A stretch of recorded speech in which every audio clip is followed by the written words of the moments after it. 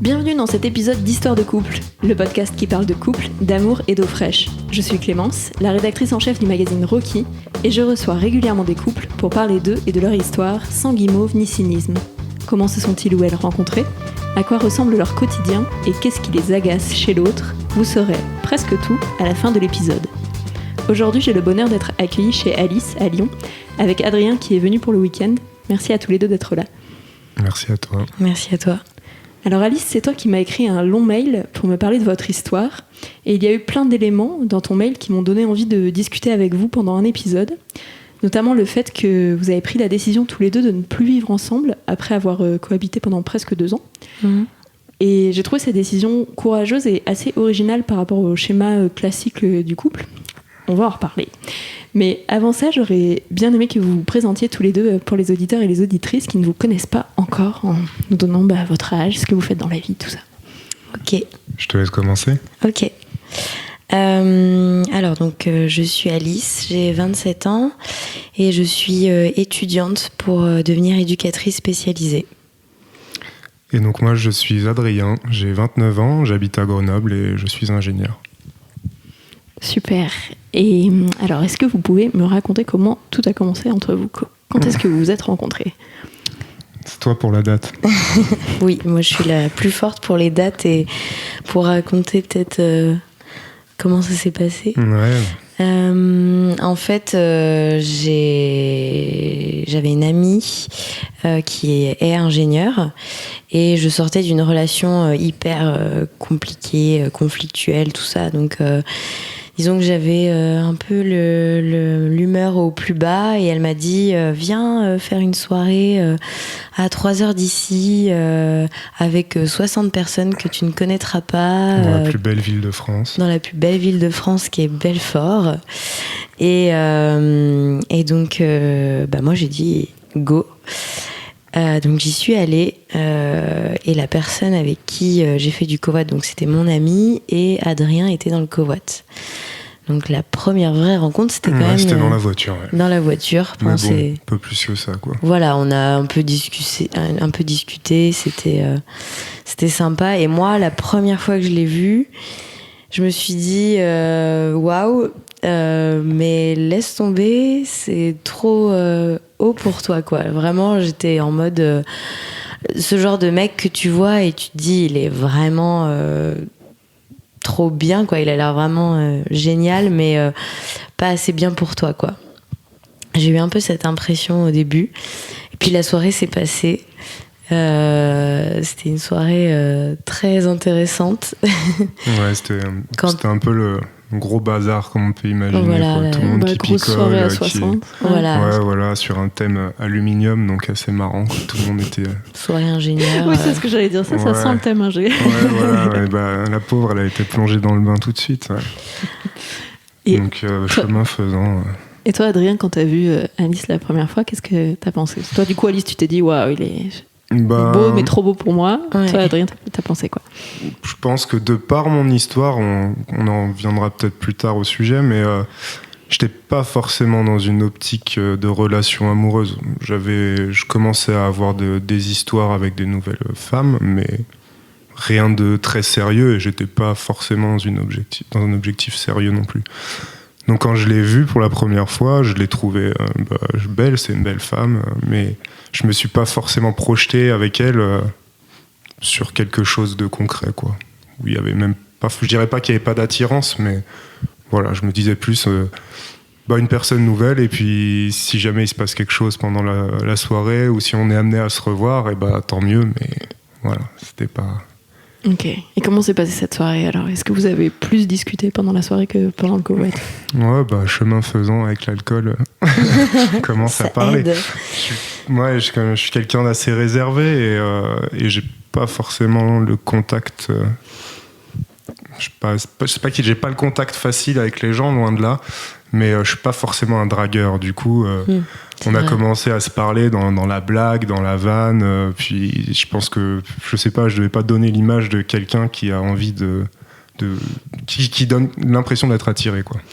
La vanne et la blague, c'est un bon moyen de se cacher aussi pour dragouiller derrière, quoi. Enfin, Oui. Je trouve que c'est Il y a pas mal de gens qui utilisent la blague pour draguer. C'est ça. Mais toi, c'était pas trop l'optique. Voilà. Ouais, bah, elle me plaisait quand même, mais oui, il y avait toujours un peu ce retrait, quoi.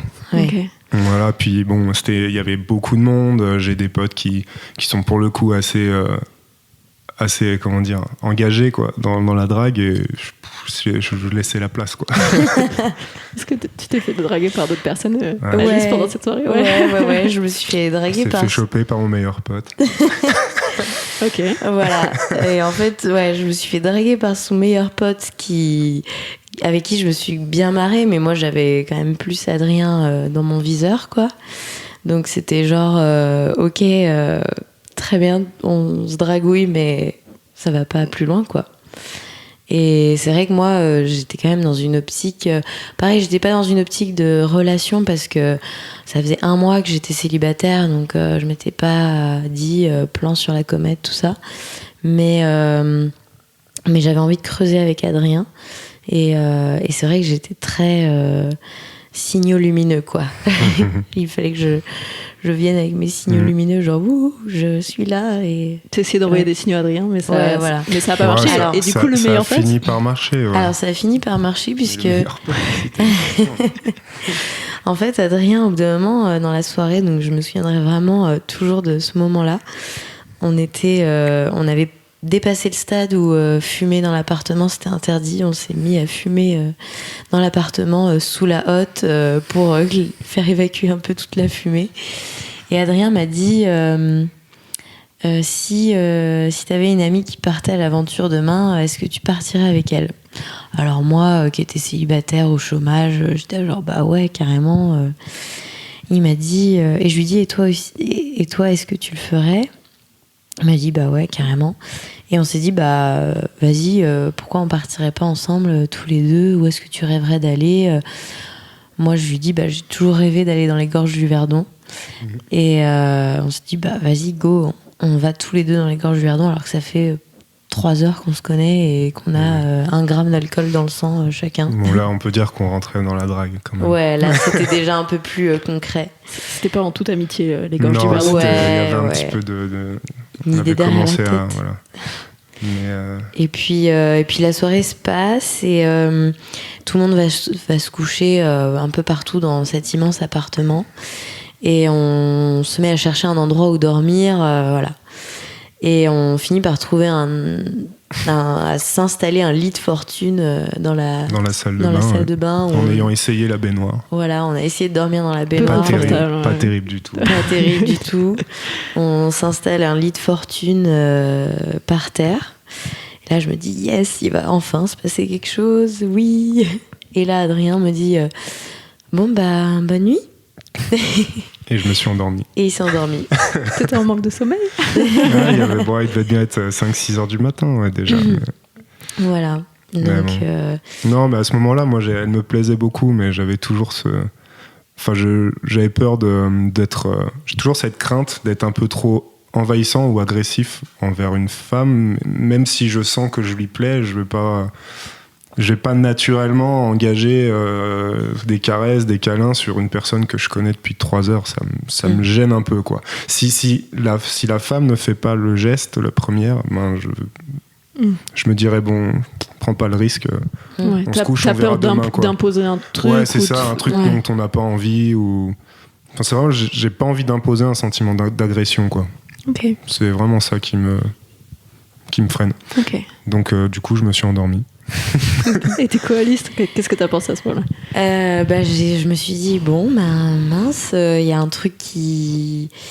Je sais pas, que j'ai mal fait, ou je me suis un peu remise en question, forcément. Et puis, d'un autre côté, je me suis dit, bon, t'as quand même cette optique de peut-être partir en camping dans les gorges du Verdon avec lui, donc ça veut peut-être dire quelque chose. Et ce qui est très drôle, c'est qu'en fait, on s'est quitté à cette soirée, enfin le lendemain du coup, et on savait très bien qu'on allait se revoir 1 semaine plus tard parce qu'il y avait du coup un anniversaire de son autre meilleur ami. Même bande, quoi. Voilà, et où tout le monde m'avait dit mais viens Alice, maintenant t'es dans la bande, viens à cet anniversaire 1 semaine plus tard. Donc on s'est même pas échangé les numéros, rien. pendant cette semaine-là, on savait qu'on allait se revoir. Enfin, moi, c'était un peu mon optique. Je me suis dit, j'ai pas son numéro, mais c'est pas grave. Je sais que je le revois dans une semaine. Et j'étais très content de la revoir aussi à l'anniversaire de mon pote. Voilà. Vous aviez tous les deux cette date en tête. Ouais, moi je savais que le week-end prochain je revoyais Alice et ouais, ça me faisait plaisir, ouais, j'étais content. Ouais. Du coup, je reviens un peu sur cette histoire de meilleur pote, mais ça me questionne. J'ai pas compris ce qui s'était passé. Exactement. En gros, Non, c'est quelqu'un qui est très entreprenant et qui justement parfois peut donner ce sentiment d'agression dont je parlais. Mais il non, le franchement, c'est sympa. Non, mais avec toi, il a été cool. Enfin bon, non, mais il est pas, on n'est pas dans c'est pas un forceur. C'est pas un malade. Mais il est, quand il y a une personne qui lui plaît, lui pour le coup, il passe à l'action rapidement. Ouais, il fait savoir qu'il est intéressé, quoi. Il a un plan très précis. C'est que je ne connaissais pas du coup.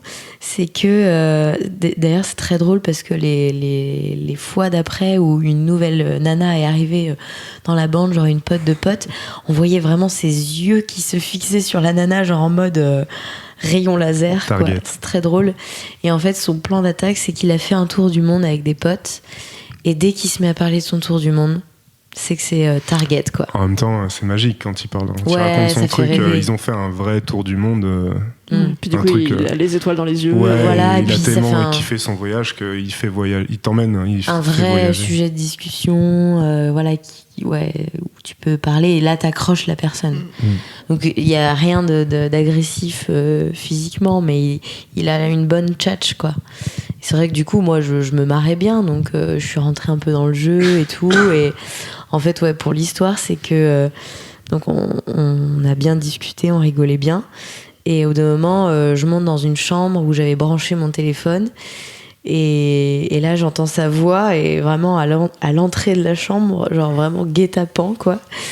Et il me dit, ah bah t'es là, toi? Et je dis, bah ouais, je suis allée voir mon téléphone qui est branché ici, quoi.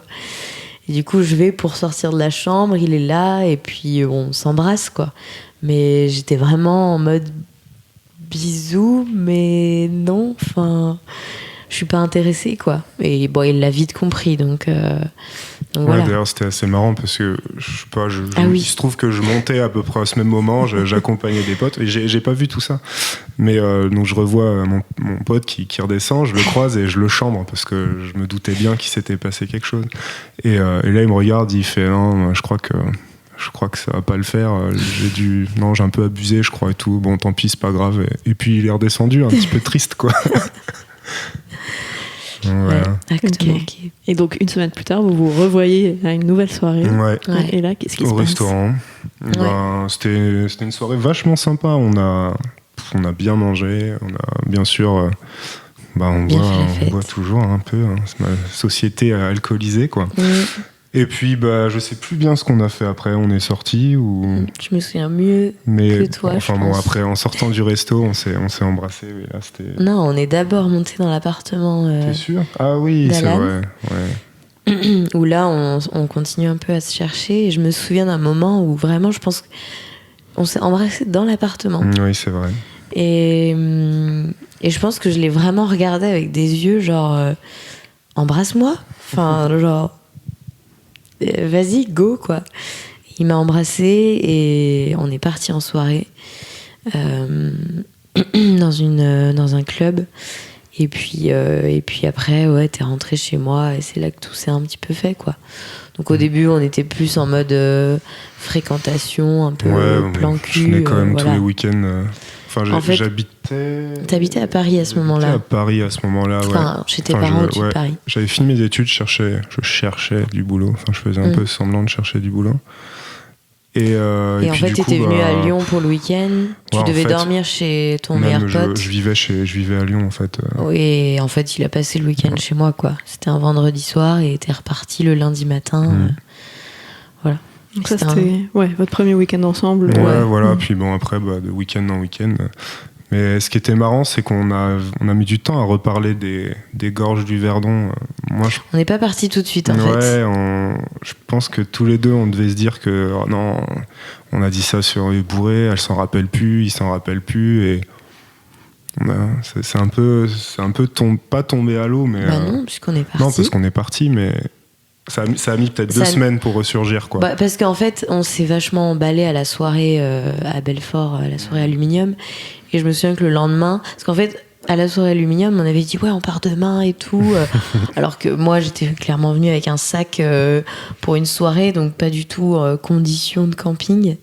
Puis le lendemain, on s'est dit « Mais on n'a pas de tente, on n'a pas de réchaud. On va peut-être reporter ça... sur un plan organisationnel, c'était un peu chaud. C'était moyen. Et du coup, on a un peu tardé à partir. Et du coup, en attendant, on n'était vraiment pas du tout en couple, quoi. Avant ce voyage dans les gorges du Verdon.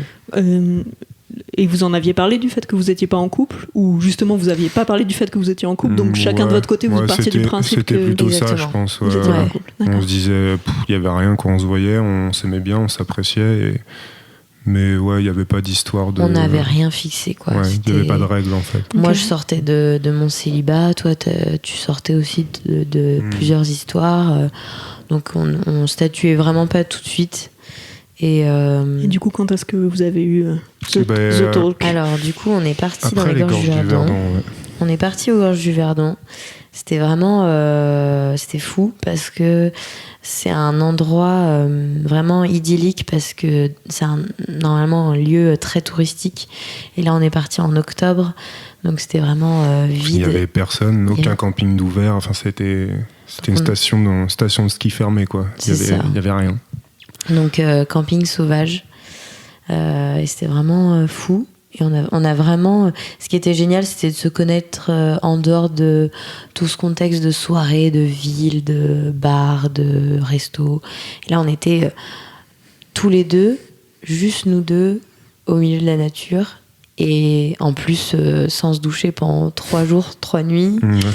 Ce qui est un bon test. Ce qui est un très bon test, sans pratiquement se brosser les dents, sans douche, sans rien. Ouais. Vraiment à la Into the Wild, quoi. Et ça, c'était très cool. Et du coup, on a beaucoup discuté, on s'est raconté nos films préférés. On ne s'est pas trop parlé de nos vies, mais plus se découvrir sur... Ouais, c'est plus apprendre à se connaître, quoi. Voilà. Je pense que c'est aussi un moyen de jauger la compatibilité de la personne, savoir est-ce qu'en fait c'est pas une grosse raciste et que je me rends compte qu'on va se prendre la tête tous les jours parce qu'elle va me saouler. Mais là, les 3 jours peuvent être très longs. Ouais, si moi, je j'étais pense qu'on aurait raciste, coupé court avant. Mais non, mais du coup. Mais ouais, non, c'était très simple en fait. On était juste là à discuter sur les choses qu'on a fait, le canoë, à regarder les étoiles et à estimer le nombre de satellites qu'il y avait dans l'espace. Mais ouais, c'était... Ouais, non, c'était vraiment un chouette moment. Ouais. Et du coup, en rentrant de ce week-end, vous en avez parlé en vous disant, on peut essayer? Non, ouais, je crois que c'est moi qui t'en ai parlé, en fait. En fait, on est rentré des gorges du Verdon, on est sorti dans un bar, et mon Dieu, on a...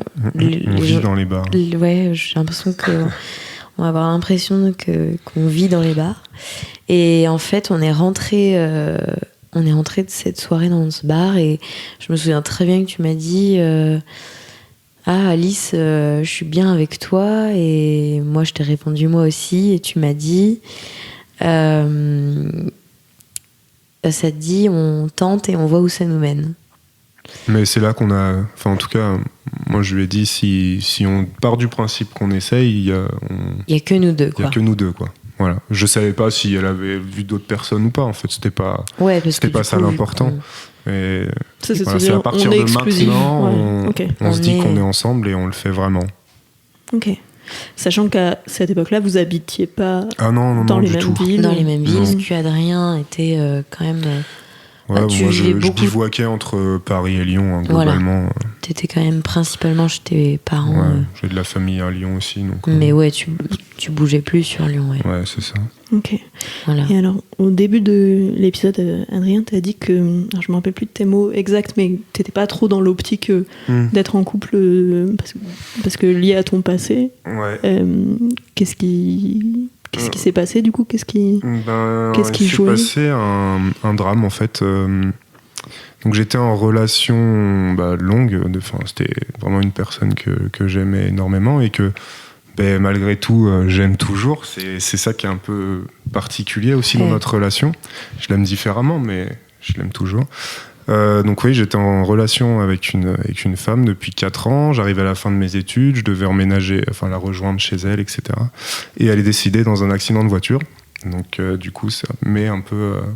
on se prend une grosse claque et du coup, le rapport aux femmes que j'avais a totalement changé dans le sens où c'était une relation qui était quand même très forte et je me sentais pas capable d'aimer quelqu'un d'autre.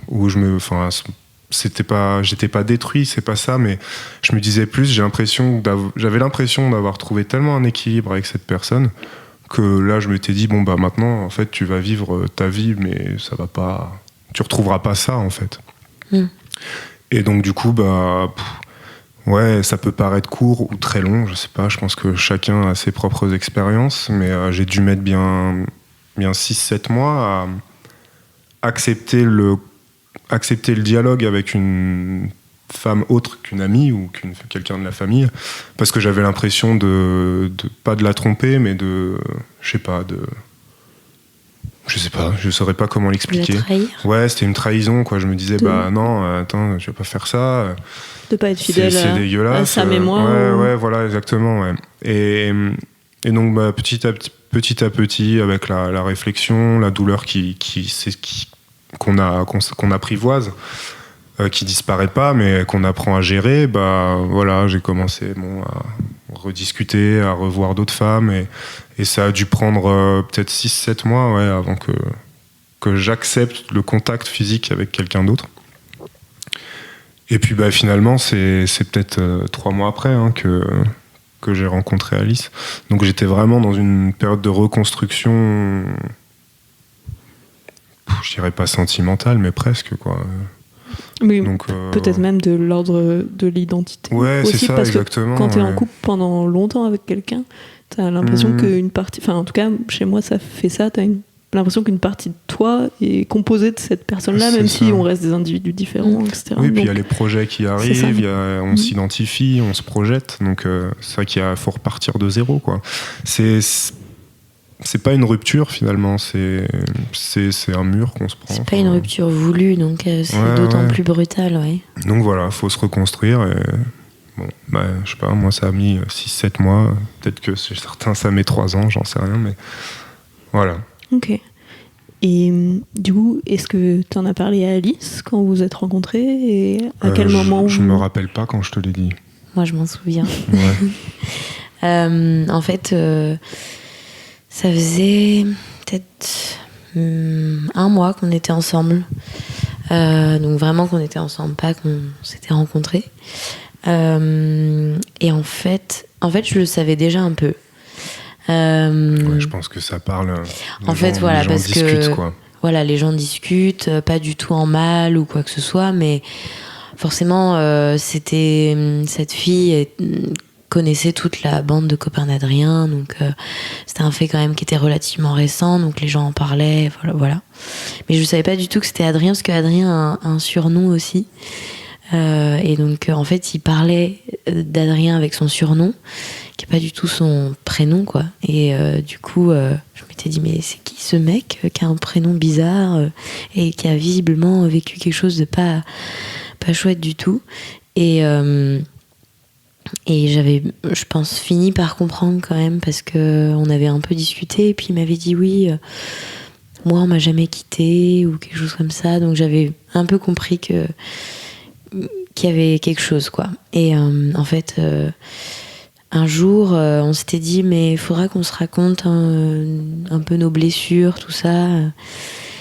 Et on avait pris une après-midi où moi je lui avais raconté quelque chose de très intime de ma vie, et Adrien m'avait dit, écoute, moi aussi il faut que je te parle de quelque chose d'important, voilà, comme il vient de l'expliquer. Et il m'a tout de suite précisé que j'étais pas une remplaçante, que j'étais pas un pansement, mais mais que ça faisait partie de son histoire, qu'il tournait pas forcément la page, qu'il continuait à écrire un peu son livre à lui, mais que ça faisait partie de lui, et voilà, mais tout en étant hyper rassurant, quoi. Donc voilà. Bah, c'est vrai que la crainte d'apporter cette situation, parce que c'est de voir la personne. Il y a deux choses, moi, que je déteste, que j'ai détesté dans ce que j'ai vécu, c'est la pitié ou la peur. C'est pas parce qu'on a vécu quelque chose de difficile, on a tous perdu quelqu'un, un être cher, et des gens qui sont... Enfin, j'ai des amis qui ont perdu leurs 2 parents, j'estime pas que ce soit pire ou moins grave, j'en sais rien. Mais ce sentiment de pitié ou de ce regard un peu...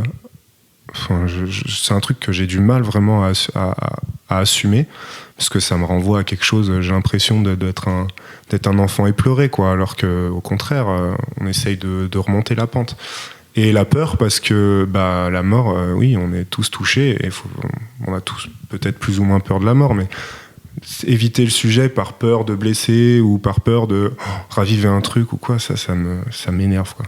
Du coup, c'est aussi quelque chose que j'ai essayé de dire à Alice, c'est que ce que j'ai vécu, je vais pas l'effacer, je vais pas passer à côté, mais en même temps, je vais pas lui imposer, parce que justement, en imposant ces sentiments assez forts, on peut aussi générer une espèce de fuite ou de peur, le fait qu'Alice ne se sente pas forcément à sa place. Et c'était vraiment... T'avais peur de ça ? Ouais, j'avais peur de ça, j'avais peur qu'elle se dise oh purée, lui, il est cassé, il va m'emmener dans un truc, enfin je sais pas, j'ai pas envie d'être son psy, quoi. Et c'est pas ça que j'attendais d'Alice, et je pense pas que tu sois ma psy aujourd'hui non plus. Non. Mais bien sûr, on en parle, ça arrive, parce que pour elle aussi, c'est un sujet qui est pas facile à aborder. Et je disais que j'aimais toujours cette personne, mais parce que c'est pas une rupture, il n'y a pas eu la fin de quelque chose. Et du coup, c'est un amour que j'ai pas, avec lequel j'ai pas... Il n'y a pas eu de fin de contrat, quoi. Donc, il n'y a pas eu une baisse de sentiments amoureux comme dans une rupture où, écoute, on s'aime plus, on arrête, et puis on apprend à plus vivre avec l'un et avec l'autre, en sachant, en se disant, en fait, oui, ça aurait jamais marché, ou quoi. Moi, je suis resté avec ce truc, maintenant, en fait, ça aurait peut-être pu marcher, peut-être que c'était la femme de ta vie, peut-être pas. Donc cette personne, elle est toujours énormément ancrée dans mon cœur, mais Alice la remplace pas, elle vient juste apporter encore autre chose qui m'enrichit énormément, et l'amour que j'ai pour Alice aujourd'hui, il est aussi fort que celui que j'avais pour cette personne avant. Il y a pas de rivalité, quoi. C'est juste qu'on a le cœur un peu partagé parfois, mais en bien, c'est bien ça. Après on se renforce comme ça aussi. C'est là que tu vois que le cœur est grand mais extensible. Ouais, c'est ça, exactement. Et puis que rien n'est fini, quoi. Si vraiment si des gens qui écoutent ont vécu ça ou le vivent aujourd'hui, il n'y a rien d'insurmontable. Au contraire, je trouve que on en sort grandi, on a un regard qui est totalement différent sur la vie, sur les choses.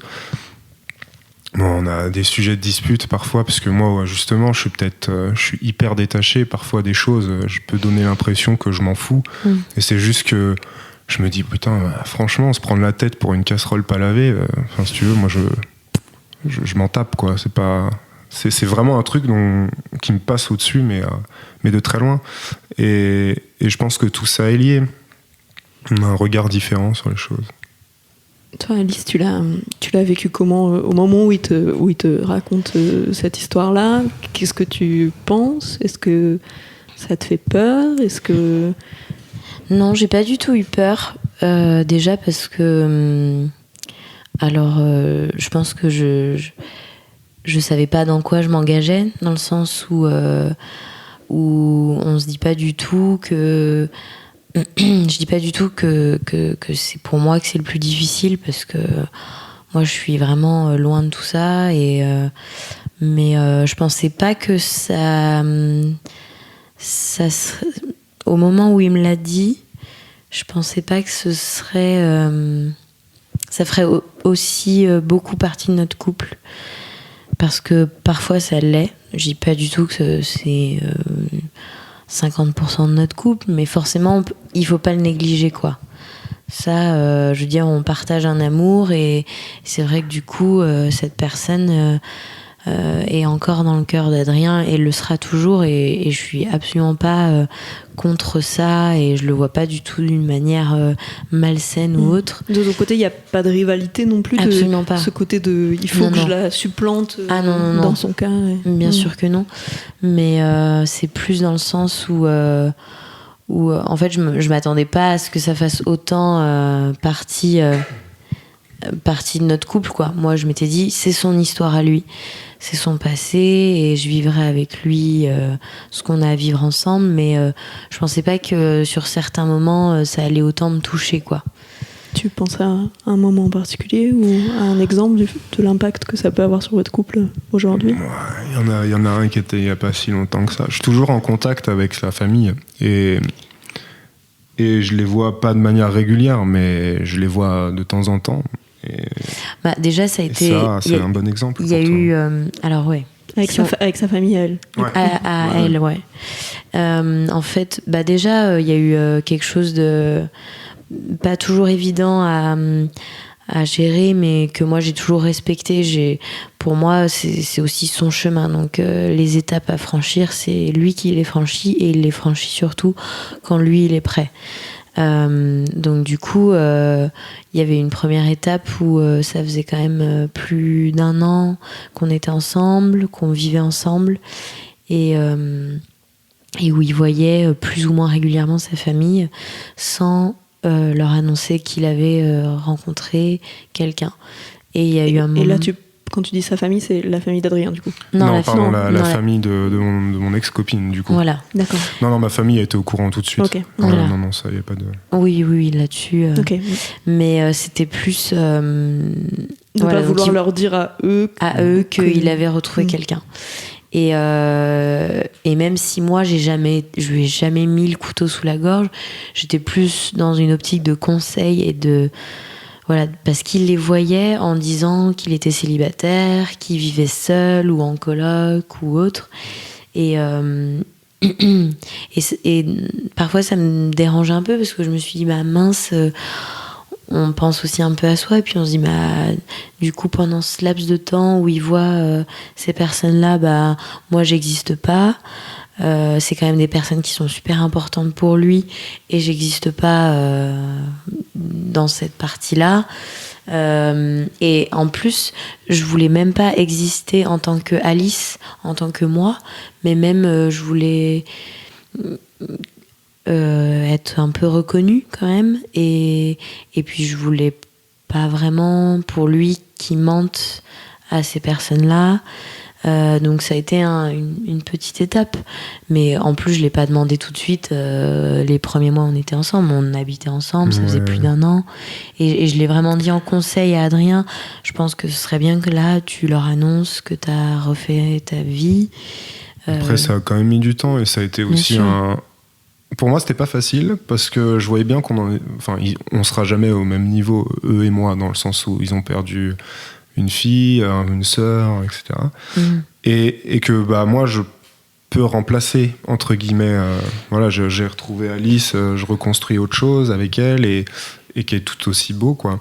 Et eux, ils pourront jamais avoir une fille ou avoir une sœur. Et donc, je voyais bien que j'avais réglé une partie de ma peine et que eux ils y étaient encore mais très très loin et du coup ça me bloquait, quoi. Je me sentais pas de leur dire c'est pas j'ai tourné la page mais j'avance autrement, et j'avais peur de ça justement, qu'ils se disent ok ça y est c'est fini, fin de l'histoire, ciao bye. Et...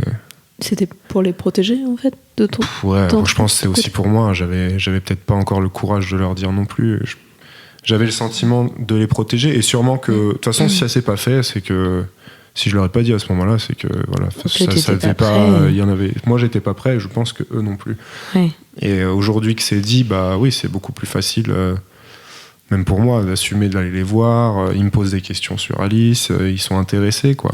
Mais bon, après je sens bien aussi toujours qu'il y a c'est normal. Il y a cette mélancolie, quoi, qui est toujours présente. Ils me posent des questions parce que je suis important pour eux, en tout cas je le pense, je suis un lien direct avec leur fille aussi, et eux le sont aussi pour moi, mais Mais je pense que oui, c'est toujours pas facile aussi d'accepter le fait que justement je reconstruis ma vie sans elle. Mais ça a quand même été le moment où je l'ai dit, ça a été quand même la suite d'une grosse engueulade qu'on a pu avoir, et où justement Alice me disait mais tu me prends pour qui quoi, c'était pas ces termes-là, hein, mais en gros je remettais en cause sa légitimité en tant que copine. Dans le sens où je vivais dans un espèce de mensonge à moitié avec ces gens que je voyais régulièrement. Et voilà, ce dont elle parlait tout à l'heure, c'était vraiment le fait d'être un fantôme, quoi. Oui, et puis c'était... moi, je voulais aussi un peu t'aider dans cette démarche sans te forcer, de dire, je pense pas que ce soit très sain de continuer à mentir, parce qu'en plus, plus tu alimente ce mensonge, plus c'est difficile de t'en sortir. Ouais. Et puis je pense pas que tu sois très bien de ressortir d'un rendez-vous avec eux et puis te dire voilà, oui, puis après, il faut pas que je fasse de gaffe. On était arrivé à un moment aussi où ça faisait deux ans et demi qu'on était ensemble et on vivait ensemble à Grenoble.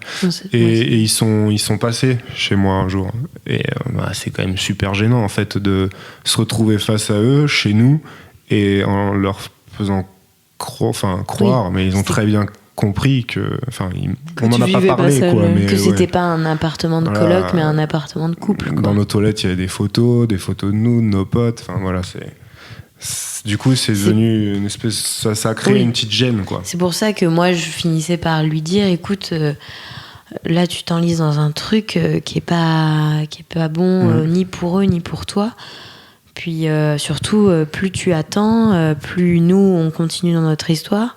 Puis eux, je m'étais dit, si jamais tu leur dis ça fait 1 an ou 1 an et demi qu'on est ensemble, ils vont se dire, mais pourquoi ils me l'a pas dit avant, ou des choses comme ça, quoi.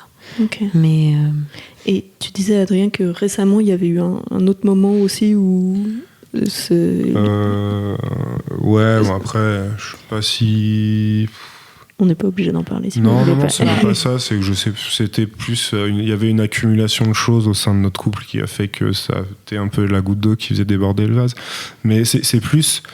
Je pense que pour Alice, c'est très difficile de trouver sa place dans cet équilibre que j'ai construit et que je lui ai imposé. Dans le sens où on a notre vie tous les deux, où je connais ses parents, elle connaît les miens, elle est parfaitement intégrée dans ma famille et je pense que j'ai parfaitement ma place dans la sienne aussi. Oui. Et il y a cette deuxième famille que j'ai dont elle ne fait pas partie. Et du coup, je lui impose aussi le fait de ne pas la rencontrer, même si elle n'en éprouve pas forcément le souhait.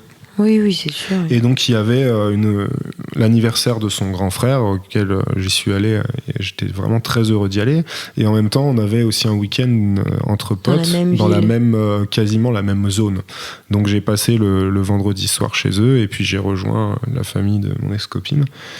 Et pour Alice, c'était difficile parce que du coup, maintenant, en se sentant, je sais pas comment dire ça, mais du fait qu'elle existe aux yeux de ces gens, il y a une autre étape qui arrivera peut-être un jour ou qui n'arrivera jamais. En fait, c'est pas très important, mais c'est la présence physique. C'est-à-dire que si on reste ensemble encore longtemps, qu'on construit une famille ensemble, ces gens-là, je les verrai forcément toujours. Donc il va arriver un moment où je vais pas pouvoir me présenter chez eux tout seul ad vitam aeternam, quoi. Oui, c'est très particulier. Et puis c'est vrai que tu vois, quand tu me disais tout à l'heure, quand tu as appris ce qui était arrivé à Adrien, comment tu l'as vécu, tout ça. Et en fait, pendant ce week-end-là, où on était dans la même ville, moi j'étais en week-end entre potes, et lui, le samedi, il est parti dans la famille du coup de son ex. Et en fait, non, pareil, j'étais pas du tout préparée à ce que le samedi, je te vois partir pour rejoindre toute sa famille, tout ça. Et quand, presque 2-3 ans en arrière, j'ai appris ton histoire, je m'étais pas dit, un jour, il faudra que je me prépare à voir Adrien partir. Oui, t'as découvert voilà, vivre les choses sur le moment présent, quoi. Ouais. Donc, c'est des situations comme ça. Et puis... Peut-être que ma situation est assez particulière. On n'a pas tellement de recul sur ce genre d'histoire. Mais on a une personne de notre entourage qui a vécu plus ou moins la même chose et elle a coupé les ponts avec la famille de la personne décédée parce que justement elle n'arrivait pas à faire son deuil, bien que ce terme pour moi il est... Bon, je ne sais pas si on fait vraiment son deuil, mais en tout cas elle n'arrivait pas c'était un frein pour elle pour évoluer et du coup c'est vrai que il y a plein de gens qui comprennent pas forcément que je continue de voir ses parents, que je continue d'être invité au repas de famille. On n'en est pas à passer Noël ensemble, mais voilà, que je fasse autant partie des moments privés et intimes de cette famille, alors que finalement, il n'y a plus grand-chose qui semble nous lier, quoi. Donc bon, c'est pour ça l'équilibre. Alice qui peut ne pas comprendre, pour moi, ça me paraît évident. Enfin voilà, c'est un équilibre qui est compliqué à trouver. Je l'ai toujours compris et je le respecte parce que, comme je l'ai toujours dit, c'est ton histoire et voilà. Mais c'est vrai que, ouais, c'est plus trouver sa place, quoi. Et puis, moi, j'ai toujours eu un peu cette culpabilité parce que je pense que ça fait un peu partie de moi j'ai peut-être tendance souvent à un peu trop culpabiliser facilement. À te blâmer, ou ouais. à te dévaloriser. Enfin, je suis peut-être un peu fort dans mes mots, mais c'est vrai qu'Alice, quand elle rate un truc, elle est nulle. Bah non, t'as le droit d'échouer, quoi, comme tout le monde. Du coup, je pense que aussi le fait de se retrouver un peu de côté, ça va être tout un sentiment fort de bon, c'est pas de l'abandon, je peux pas utiliser des mots aussi durs, mais c'est moi ce que je vais vivre comme une petite mise en retrait, et en fait Alice c'est pas une petite mise en retrait, c'est quelque chose d'assez important. Mais en plus je demande même pas à être intégrée à cette famille, c'est juste que ça fait bizarre quand même et que on n'est jamais vraiment préparé aussi à tout ça, à voir effectivement comme tu dis un équilibre qui est très particulier, quoi. Et tu te sens un peu sur la touche et tu te dis que quelque part c'est ta responsabilité si t'es sur la touche. C'est ça, pour en revenir à cette espèce d'histoire de culpabilité, c'est que moi j'ai toujours eu un peu ce sentiment de pas d'être la maîtresse parce que je pense que j'ai ma légitimité aussi, mais voilà, on a un peu ce côté d'être la nouvelle personne, que j'ai absolument pas envie de faire de mal à qui que ce soit, que j'ai pas envie d'avoir cette image de la personne qui remplace, que je veux absolument aussi respecter cette situation qui est hyper délicate, quoi. Et j'ai pas l'impression d'avoir aussi la position la plus simple parce que je suis la nouvelle copine et que je veux pas du tout salir la mémoire de son ex et paraître pour la personne qui s'impose ou quoi que ce soit, quoi. Donc, je pense que ça c'est dur de se l'enlever de la tête pour toi, justement, même si au contraire ça a toujours été très bien perçu et j'ai jamais eu de critique en fait de mon côté. On m'a pas dit oh là là déjà, ou ce genre de réflexion un peu stupide. Elle a tout de suite été accueillie à bras ouverts, il n'y a pas de problème, viens à la maison. Mais je pense que pour moi, c'est une évidence parce que je connais ma famille, je sais comment on pense tous. Et arriver en tant qu'étranger dans ce groupe de gens qui ont une peine commune et de se dire justement, mais en fait, si je fais ça, peut-être que je vais le faire mal, ou peut-être qu'elle était plus marrante, ou peut-être. Et du coup, je pense que ça doit être une sacrée tourmente psychologique, quoi. Même si tu essayes de pas te comparer, ouais, c'est ça, je pense qu'inévitablement. Il y a aussi ça, de pas se comparer, Donc, puis parfois de se dire moi je me remets beaucoup en question, j'essaye d'être vachement dans l'acceptation de moi-même, tout ça, et du coup parfois je me dis ça se trouve, de partager un peu cet amour, parfois ça fait un peu bizarre, ça, et puis on s'y fait, quoi. Je veux dire, je sais qu'on est complètement différente dans ton cœur, quoi, qu'on a deux places distinctes. C'est deux personnes distinctes. Il y en a une avec qui je vis aujourd'hui et je me construis avec, et une autre qui fait partie de moi, mais qui ne représente pas mon avenir, en fait. Donc il n'y a pas de projection sur cette personne. C'est deux entités distinctes avec deux moments de ma vie bien différents, et voilà, toi tu m'accompagnes aujourd'hui, et c'est comme ça. Ok. j'aimerais bien qu'on parle ensemble du moment où vous avez commencé à vivre tous les deux. Du coup, vous êtes installés à Grenoble, c'est ça? Au moment où toi, t'as trouvé un boulot, Adrien? Ouais. Alice faisait une saison à Morzine, donc dans les Alpes. Haute-Savoie. Haute-Savoie. Et puis moi je cherchais du boulot, je vivais un peu même carrément chez vous dans le chalet, j'étais un bon squatteur. Et puis est arrivé le moment où j'ai trouvé un job à Lyon. D'abord j'étais embauché à Lyon et dans une boîte de prestations qui m'a missionné sur Grenoble assez rapidement. Donc Alice a fini sa saison à Morzine et elle avait le projet, elle sentait. Moi, je me suis beaucoup cherchée professionnellement. Tu faisais quelque chose qui te plaisait plus. Je vais pas parler pour toi. Enfin bref, elle avait ses projets et du coup, après Morzine, elle avait pour ambition de partir à Manchester. Donc c'est ce qu'elle a fait. Donc il y a encore eu cette période où on a vécu à distance en fait. Ouais. Et à son retour de Manchester, finalement, il y avait deux options. Soit elle allait là où elle avait envie. Je pense que ça aurait été Lyon, ou peut-être chez ses parents en Normandie pour quelques temps, et soit elle me rejoignait à Grenoble. Donc, mais ça faisait déjà un an qu'on était ensemble. Ouais, voilà. On avait vécu un an à distance parce que moi entre la saison, je valdinguais un peu partout. Et puis oui, on venait de passer plusieurs mois où moi j'étais à Manchester, donc on avait envie un peu, je pense, de se retrouver et puis de tester cette vie à deux. Cette vie à deux, ouais. Puisqu'au final, c'est vrai qu'on a eu un an de relation, mais c'était facile. Vivre chez l'un, chez l'autre. Elle venait chez moi, on se voyait quand on n'avait pas forcément le temps, parce qu'on se donnait le temps de se voir, mais on n'était pas obligé de se côtoyer toute la journée, quoi. Il n'y avait pas ce quotidien. Ouais, voilà, c'est ça. La logistique. Il n'y avait pas de routine, il n'y avait pas de. Ouais, puis ça me fait toujours rire les couples qui me disent, qui vont emménager ensemble et qui me disent, mais je suis tout le temps chez lui ou il est tout le temps chez moi, donc c'est comme si on vivait ensemble.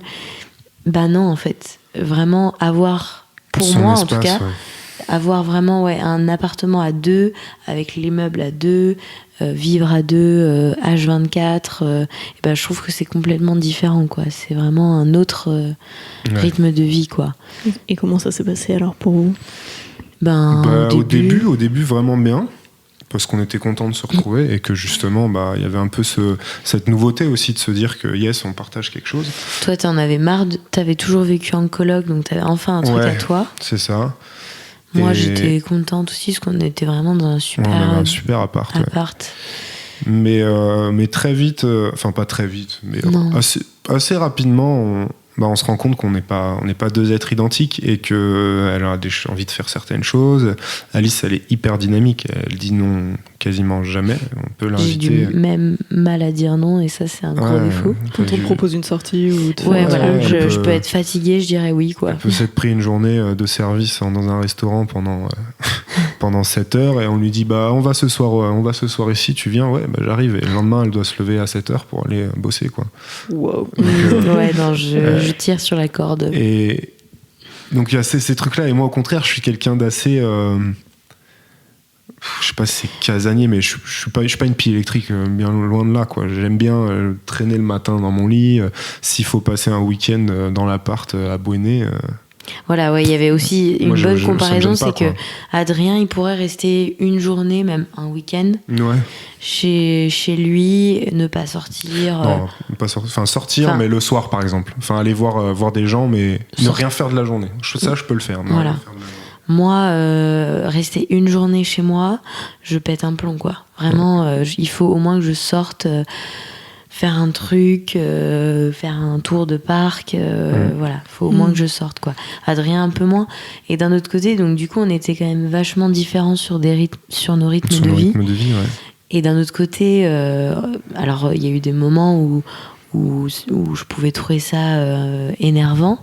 Et d'un autre côté, ça m'a fait beaucoup de bien, en tout cas à moi, parce que ça m'a vachement posé, ça m'a vachement appris à aussi prendre le temps. Adrien, il m'a vachement calmé aussi là-dessus. On s'est rendu mutuellement service. Après, c'est vrai que moi, du coup, j'ai toujours eu conscience que j'étais un peu flemmard, quoi. Et le fait d'être avec une personne active, et ça me culpabilisait un peu, dans le sens où le matin, quand elle se levait à 8h30, 9h, et qu'elle me disait on va faire le marché, et que j'avais qu'une envie, c'était de dormir jusqu'à 11h midi, et j'ai commencé à avoir une espèce de frustration qui naissait un peu.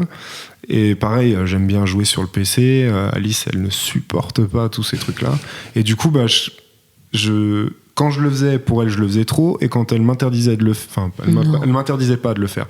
Mais je sentais bien que ça créait. Tu t'interdisais toi-même de le faire. Du coup, je me l'interdisais. Et du coup, elle. ça m'agaçait parce que j'avais l'impression de pas me laisser le temps de faire ce que j'aimais faire.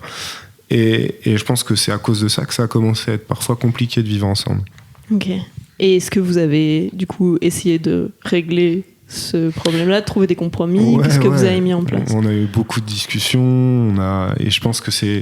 En fait, on est ensemble et en même temps, on est extrêmement différents. Et du coup, je pense que le temps qu'on arrive tous les deux à trouver un équilibre qui nous permet de vivre ensemble, ça se fait pas du jour au lendemain, quoi. Donc on a beaucoup de discussions, on a eu beaucoup de prises de tête, mais jamais non plus dans l'ultra-violence, quoi. On s'est toujours bien écouté. Ouais, bon, il y a des cris de temps en temps, et je pense que c'est normal. Il y a un autre truc où on est différent et où au final on se complète bien, c'est que moi je peux avoir un côté très impulsif. Et comme Adrien disait tout à l'heure, c'est que toi t'es plus tempéré, quoi. Tu relativises plus de choses. Voilà, c'est ça. Je suis devenu beaucoup plus tempéré. Avant, j'étais hyper sanguin aussi. Ouais. Un truc qui m'énervait, je partais tout de suite, quoi. Tu relativises beaucoup plus, et du coup, il m'apprend aussi à me calmer, à me dire bon là, pose-toi, réfléchis, et on en reparle dans 1 heure, des choses comme ça. Et bon, ça me fait du bien, moi aussi. Pas que pour moi que je demande de faire ça. Mais non, c'est vrai que ce qui est génial, c'est que voilà, moi, par exemple, avant, j'étais avec quelqu'un qui était aussi impulsif et sanguin que moi, et du coup, là, il y avait personne pour faire redescendre la pression, quoi. Et Adrien, là-dessus, ça m'aide beaucoup. Donc vous arrivez après à en discuter plus calmement. Voilà, c'est ça. La tempête passe. On s'est dit les choses de manière énervée, et après on se revoit une heure après, on se dit mais en fait tout ça je le pensais pas parce que je l'ai dit sur le coup de l'énervement, et moi aussi, et merde, en fait on s'aime. C'est comme ça qu'on arrive à être le plus constructif, en fait. Ouais. Il y a toujours ces phases un peu de montée en pression entre nous où Alice devient hyper impulsive, et moi du coup au contraire je me mets en retrait, et donc elle monte dans les tours parce qu'elle a l'impression que je l'écoute pas, que je m'en fous, quoi. Et donc ça monte, puis à un moment où on se claque la porte au nez un peu, dans le sens où on va regarder un film chacun de notre côté. Fin de la discussion, tu me saoules, et puis on se retrouve quand on est calme tous les deux, et là on arrive vraiment à discuter, et c'est là quand c'est le mieux, en fait. Mais bon, ces disputes ça dure pas longtemps, quoi. C'est anecdotique pour moi. Ouais. Ok. Et alors, à quel moment vous avez pris la décision du coup de plus vivre dans la même ville? Qu'est-ce qui vous a amené à cette décision? Moi, ce qui a aussi pas trop aidé à notre équilibre sur Grenoble, c'est que moi je me suis beaucoup cherchée professionnellement. Adrien a trouvé ce boulot-là sur Grenoble, et ce boulot qu'il adore, en fait, et moi je me cherchais. J'étais dans des boulots qui me plaisaient pas, du coup ça aide pas trop à être épanoui dans sa vie perso, dans sa vie de couple. J'étais arrivée sur Grenoble vraiment pour suivre Adrien. Je me plaisais pas dans cette ville. Lyon me manquait énormément, et en fait t'as eu l'impression de t'oublier, en fait. Ouais, voilà, pour c'est moi, ça, quoi. Ouais. T'avais l'impression d'avoir fait des sacrifices. Ouais, c'est ça. Et après, j'étais très contente d'être auprès d'Adrien, hein, mais il me manquait quelque chose, quoi. Et en fait, Mais tout ça, c'est ça. En fait, c'est de l'amertume de l'amertume. C'est quelque chose qui arrive avec le temps, qui est tout petit au début, et je voyais bien qu'à la fin, c'était plus possible, que si elle restait à Grenoble, ça prend de la place sur le couple, quoi. On pourrait pu vivre ensemble. Enfin, C'est ça. même si on était restés à Grenoble tous les deux, je pense qu'on n'aurait pas pu vivre dans le même appartement. Et il le savait très bien que moi je voulais retourner sur Lyon, que c'était mon souhait, que voilà, on avait quand même pas mal discuté Ouais. et je m'en suis jamais cachée, quoi. Et donc j'ai vite trouvé le projet pro que je voulais faire, donc devenir éducateur spécialisé. Et donc j'ai postulé à des écoles sur Grenoble et Lyon, parce que c'est des entrées sur concours. Donc il fallait que vraiment que j'ai un panel de possibilités. Et j'ai même été prise sur Grenoble et Lyon. Mais sans grande surprise, j'ai choisi Lyon et Adrien n'était pas surpris. Parce que voilà, je m'en étais vraiment jamais cachée. Vous en aviez parlé ensemble de cette possibilité? Ouais. Puis moi, je lui ai toujours dit. En fait, je préfère être avec Alice et qu'on ne vive pas ensemble, mais qu'elle soit heureuse, quoi. Parce que vivre avec quelqu'un qui est pas bien dans ses baskets, qui se sent pas à sa place, en fait, on l'a vécu en soi. Et c'est pesant pour les deux, quoi. Au bout d'un moment, on a l'impression que ça va jamais, quoi. Alors que c'est pas le cas, mais on finit par ne voir plus que ce qui va pas forcément bien. Mais ouais, c'est vrai que même quand je faisais ma recherche de projets pro et même de vie, j'avais même hésité à partir 6 mois en Amérique du Sud, quoi. Et je voulais qu'Adrien me suive parce que j'aurais adoré partager cette expérience. Adrien n'était pas prêt. Et du coup, je lui disais, je pense partir toute seule. Et Adrien me disait, mais vas-y, si c'est ce qui te rend heureuse, fais-le. Ok, ce sera peut-être difficile, il y aura peut-être des moments difficiles, mais tu seras peut-être mieux loin, en Amérique du Sud, on s'organisera, mais au moins tu seras heureuse, quoi. En fait, je voulais juste qu'elle retrouve...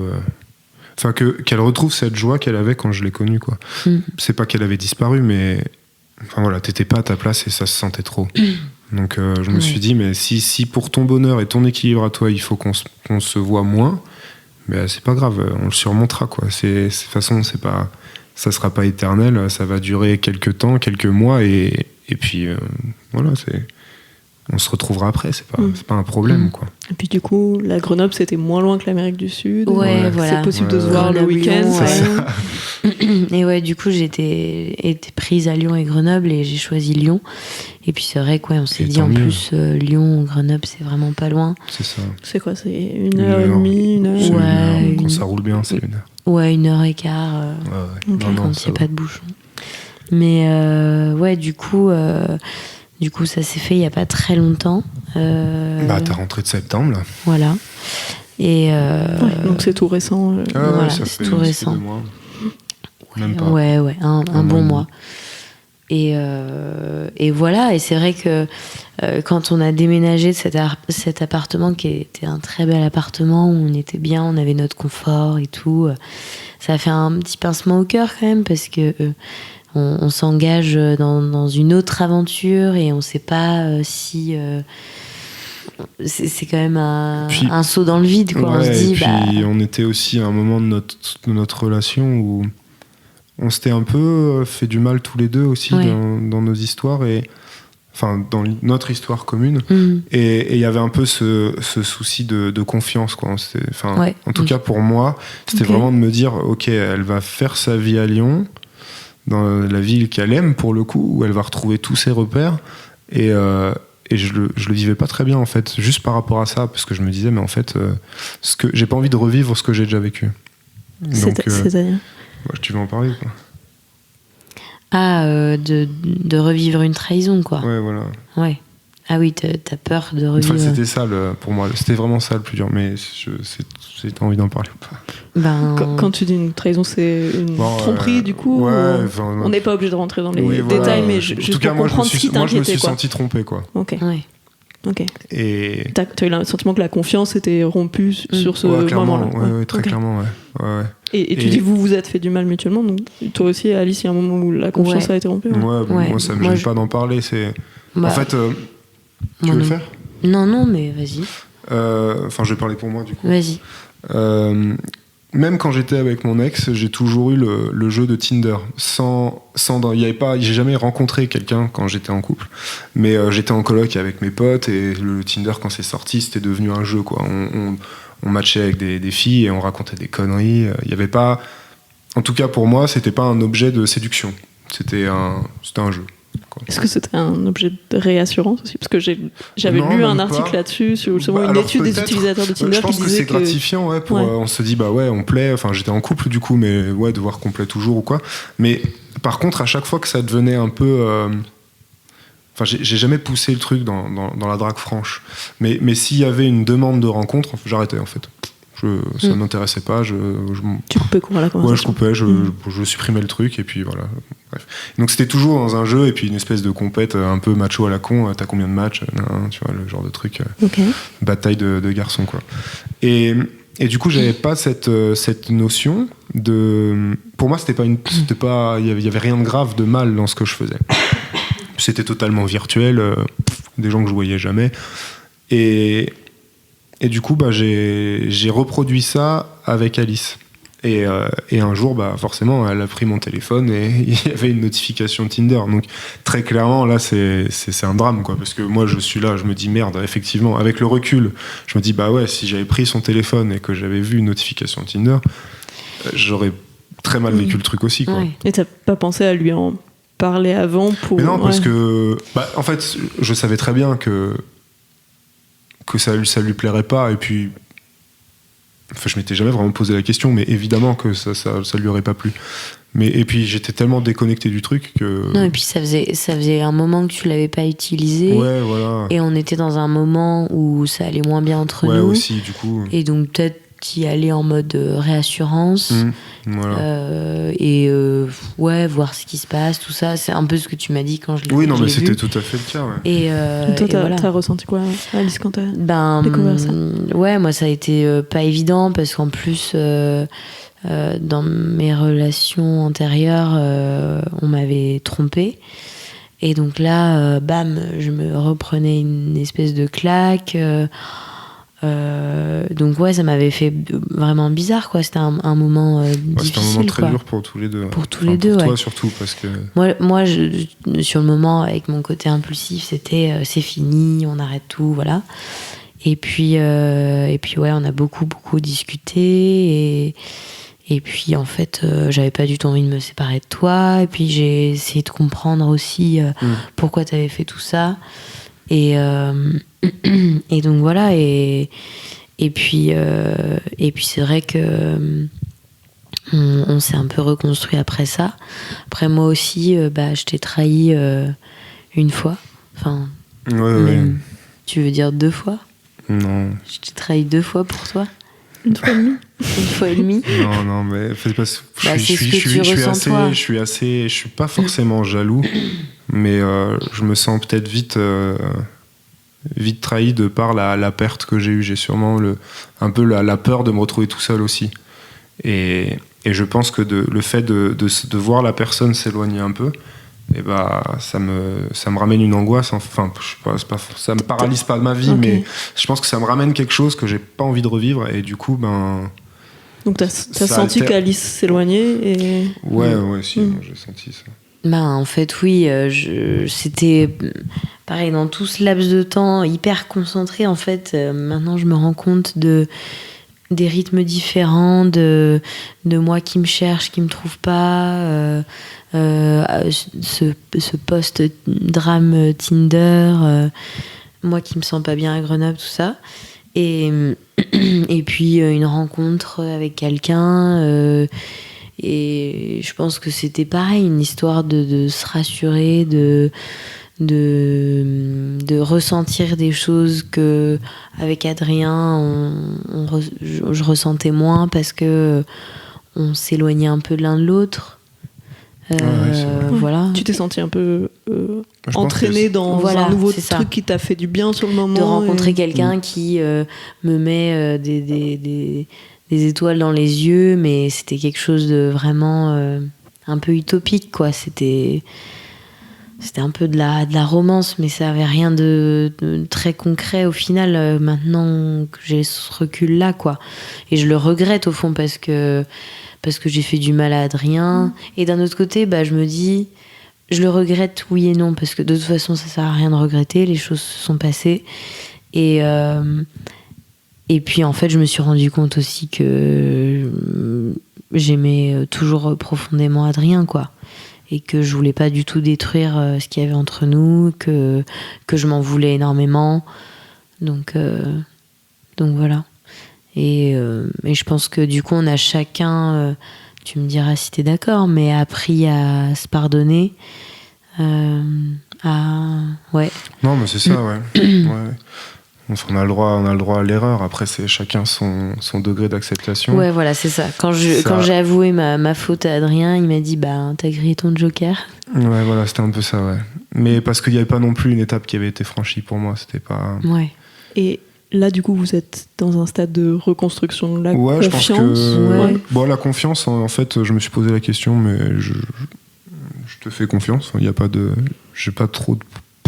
J'ai pu ces trucs quand je suis pas là, elle part en soirée, de me dire peut-être que non, je me pose même plus la question. Okay. Mais de reconstruction, ouais, de se retrouver en couple, enfin de retrouver notre couple en étant la distance, ouais, recréer le lien. Et puis je pense qu'on y arrive plutôt bien, même si on a encore parfois des petites engueulades, mais quand je vois d'où on vient, je me dis qu'on a bien fait de persévérer, quoi. Ouais, vous avez fait du chemin. Et... Ouais, voilà, c'est ça. Ouais, puis il y a eu des moments pas faciles, mais on développe une espèce de petite résilience à deux, quoi. Ouais, c'est ça. Puis même, de toute façon, ça peut pas se passer bien tout le temps, toute l'année, toute sa vie, quoi. Un couple, je pense que c'est aussi ça. Si c'est ça tous les jours, il faut peut-être arrêter, mais si c'est comme ça de temps en temps, ça permet aussi de remettre les pendules à l'heure, quoi. Ouais, et d'apprendre des choses l'un sur l'autre, sur soi-même. Ouais. Et puis c'est vrai, c'est assez amusant parce que finalement, en discutant avec certains de mes potes, enfin de mes très bons amis, qui sont aussi en couple, et on se rend compte que, je sais pas si c'est cyclique, mais en tout cas, dans ce moment où nous c'était difficile, pour eux ça l'était aussi. Mais ouais, du coup, de discuter de ça avec des potes qui vivent la même chose et de se rendre compte qu'en fait, un couple c'est pas un idéal et que tout le monde a des prises de tête qui sont plus ou moins fortes. Mais enfin voilà, que après, c'est le degré d'acceptation. Ouais, et puis c'est vrai que c'est marrant parce que du coup, on a eu un autre couple d'amis où ils ont aussi décidé de plus vivre ensemble. Et c'est vrai que c'est très surprenant aux yeux de beaucoup de gens, quoi, de se dire mais c'est pas le chemin normal, quoi. Ouais, des gens qui peuvent le vivre comme un retour en arrière, c'est ce qui ça, est une un peu bête parce que c'est plutôt un nouveau départ pour vous, j'ai l'impression. Ouais, carrément. C'est un nouveau test, quoi. Enfin, il y a beaucoup de gens qui m'ont dit mais t'en es où, mais pourquoi? En fait, ouais, c'est ça. Pour moi, c'est une nouvelle étape et c'est aussi très révélateur de si ça marche ou pas. C'est ça. C'est vrai que même en fait la première question que les gens, enfin tu me diras si je me trompe, mais quand Alice disait qu'elle partait à Lyon, on me disait mais vous êtes ensemble toujours? Oui, c'est pas le problème. Mais vous allez vous séparer. Voilà, c'est exactement ce que tu disais au début dans ton intro. Je me souviens plus du terme, mais quelque chose d'un peu atypique dans le sens où on a commencé courageux et original. Voilà. Mais ouais, c'est parce que c'est un peu hors norme, et encore que je suis même pas sûr que ce soit hors norme. Il y a plein de gens qui ont des histoires un peu encore plus surprenantes que la nôtre par rapport aux standards, quoi. Mais nous, on a quand même une vie bien classique, hein. On est tous les deux ensemble, sans une relation, exclusive. Elle a sa vie, j'ai la mienne, mais on est quand même, on est hyper, on partage tout, quoi. Enfin, tout. On partage énormément de choses. Ok. On vit à deux, quoi, même si on n'est pas ensemble tous les jours. Ça. Oui, vous partagez votre quotidien même à distance. Ouais, c'est ça. Voilà, c'est ça. Puis c'est un truc con, mais on a un chien à deux, donc c'est pas un enfant, mais c'est presque pareil, quoi. C'est aussi une belle étape dans un couple. D'avoir la responsabilité d'un être vivant. Voilà, exactement. Ça, ouais, puis même, sans dénigrer les propriétaires de chats, propriétaires de chiens, c'est quelque chose quand même. Ok. Il y a un sujet dont j'aime bien parler avec mes invités dans le podcast, c'est celui de la sexualité. Et jusqu'ici, j'ai eu pas mal de couples qui sont ensemble depuis très longtemps, et donc on a beaucoup parlé de l'évolution de la sexualité sur 10 ans, des éventuelles baisses de libido qui peuvent arriver, etc. Mais du coup, ça m'intéresse parce que vous êtes un peu à un moment charnière où ça fait un peu plus de 3 ans, c'est ça que vous êtes ensemble. Comment votre sexualité a changé en 3 ans, et où est-ce que vous en êtes aujourd'hui? Est-ce que vous avez l'impression d'être toujours dans la phase de lune de miel ou de passion que certains couples peuvent vivre, ou au contraire, est-ce que c'est de mieux en mieux? Enfin, tout est possible. On revient de loin aussi, oui là. et non, quoi. Bon, ça a commencé très fort, ça a toujours été super. On a toujours passé des très bons moments, très intimes, et je pense qu'on se complète vraiment bien là-dessus. Mais du fait de nos différends et de nos engueulades un peu stupides, d'Alice qui était pas à l'aise dans sa vie, bah, ça nous a éloignés, et aussi sexuellement, quoi. Ouais. Puis, du coup, vu que moi je me cherchais beaucoup, qu'il y avait beaucoup d'incidences sur le couple et tout. Il n'y a pas que toi. T'es pas la seule responsable de tout ça. Oui, bien sûr, mais du coup, ça provoquait aussi un éloignement physique. Et puis en plus, il y a eu des événements un peu traumatisants, parce que moi, j'ai fait énormément de mycoses à répétition. Vraiment beaucoup. Et physiquement, déjà, c'est traumatisant. Du coup, sexuellement, ça l'est aussi. Et du coup... Ouais, à partir du moment où ça te faisait mal, en fait, il n'y a plus de plaisir, quoi. Ouais, c'est ça. Non, il n'y a même aucun intérêt, quoi. Ouais. Donc, et puis, même un peu d'anticipation, parce que si tu as eu mal les fois d'avant, t'anticipes la fois future en disant est-ce que je vais réavoir mal. T'es dans un espèce de mood où tu te dis ok, bon, bah alors là, faut que je sois bien, et j'espère que j'aurai pas mal. Et du coup, donc t'es absolument pas dans le lâcher prise. Donc là, plus aucun intérêt non plus. Il y a tout l'aspect hygiène aussi qui arrive. Il n'y a plus de spontanéité, en fait. C'est bon, bah on a pris notre douche, tu t'es lavé les mains. Enfin, tu vois, genre de trucs qui peuvent paraître vraiment ridicules. Il n'y a plus cette spontanéité. Mais qui, pour Alice, était... Et vu que j'étais tellement paniquée de revoir une mycose, je me suis dit, est-ce que là, toutes les conditions sont réunies pour pas qu'après, j'ai à nouveau une mycose. Et puis quelque chose qui peut être assez traumatisant pour un homme et qui l'est sûrement pour toi, c'est que du coup, dès que j'avais mal, j'étais un peu en rejet... sans que ce soit très frontal, mais dire non, voilà, là c'est pas possible, je peux pas. Tu veux dire dès qu'Adrien tentait un rapprochement physique, venait vers toi même dès qu'on allait plus loin dans l'acte, que là je commençais à souffrir, je te disais non. Et oui, forcément. Puis ça renvoie quelque chose, elle y est pour rien, mais c'est vrai que en tant que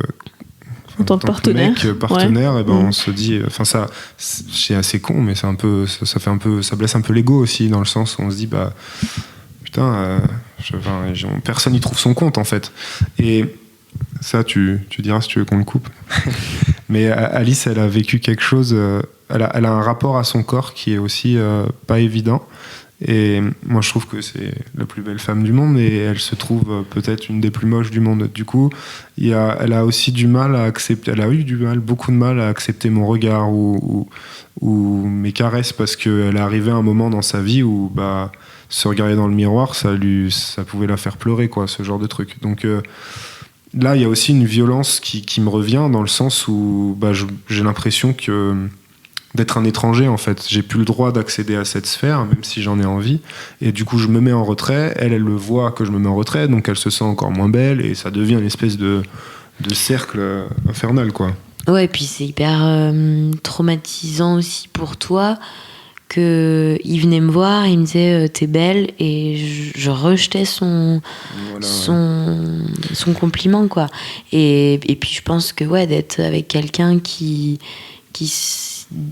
dit haut et fort qu'il se trouve pas belle, qu'elle se trouve pas belle, ça aide pas aussi à ensuite dire moi je te trouve belle. C'était vraiment les proportions que ça prenait, quoi.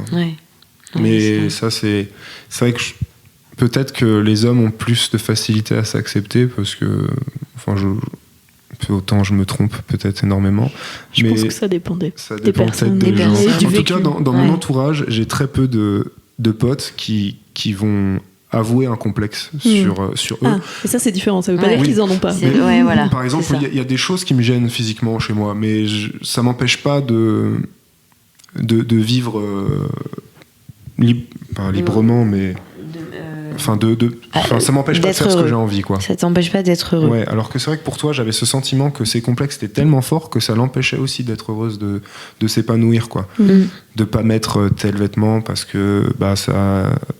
Enfin, c'était vraiment un rejet physique assez fort. Et du coup, comment vous avez travaillé sur ça? Déjà, j'ai fait une cure de probiotiques. Donc déjà, ça aide. Ça aide beaucoup.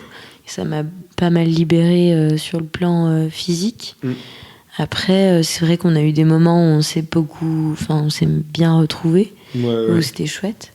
Et puis aussi, on apprend à le faire autrement, quoi. Et puis à aussi enlever cette pression sur la pénétration, quoi. Et que faire l'amour, c'est pas que autour de la pénétration, quoi. Ouais, c'est vrai. Ça peut être autre chose, qui peut se passer plein d'autres choses, et ça, c'est cool aussi. Ça, c'est un truc que j'avais pas forcément, quoi. C'est un message chouette à faire passer. Donc, parce que ça ouvre le champ des possibles, du coup. C'est ça. Puis de se dire que c'est ça, tout ne s'arrête pas là, quoi. Ouais, et puis c'est vrai qu'on peut se donner de l'amour sans forcément faire l'amour à proprement parler, quoi. Ça peut être un échange physique, mais qui est pas. On peut prendre du plaisir sans forcément y avoir pénétration. Ouais. Et on peut être proche et intime avec quelqu'un. On peut partager autant de choses sans. C'est ça. Ok, super. Alors, il y a 2 questions que je pose en général à la fin à mes invités. La première, c'est qu'est-ce qu'on peut vous souhaiter pour la suite ? Que tu m'accompagnes encore longtemps. Pourquoi pas jusqu'à la fin, ça m'irait bien. Ouais, carrément. Puis de sûrement se rejoindre à nouveau un jour dans la même ville, peut-être dans le même appartement, et de retenter la vie à 2 un jour, quoi. Voilà. Une fois qu'on aura aussi on sera épanoui dans nos vies perso, de se rejoindre et de continuer un bon bout de chemin, quoi. Ok, super. Et ma dernière question, qui n'est pas forcément la plus évidente, est-ce qu'il y a un couple réel, donc de votre entourage, ou célèbre, ou fictif, donc dans la fiction, qui soit vous ressemble, soit vous inspire ? Ouais, j'ai réfléchi à cette question cet après-midi, parce que je l'ai vue dans ta liste, et je la trouve hyper difficile. Moi, j'ai pas trouvé. Moi, j'ai une famille qui a très peu de séparation. Je crois que là, on a un Noël, on va être 60, 70, et je pense qu'il doit y avoir 3 divorces, quoi. Et du coup, j'ai toujours cette image du couple solidaire qui se sépare jamais, qui vit ensemble à fond. Et si j'ai un couple qui m'a marqué, c'est, je pense très certainement, celui de mes grands-parents maternels. Mon grand-père avait une résilience incroyable. Il disait, il refusait rien à ma grand-mère, et c'était leur équilibre comme ça. Et ma grand-mère demandait pas des choses hallucinantes, mais il s'est toujours plié de manière totalement assumée. Et il y avait pas, c'était même pas une histoire de qui a le dessus sur qui, quoi.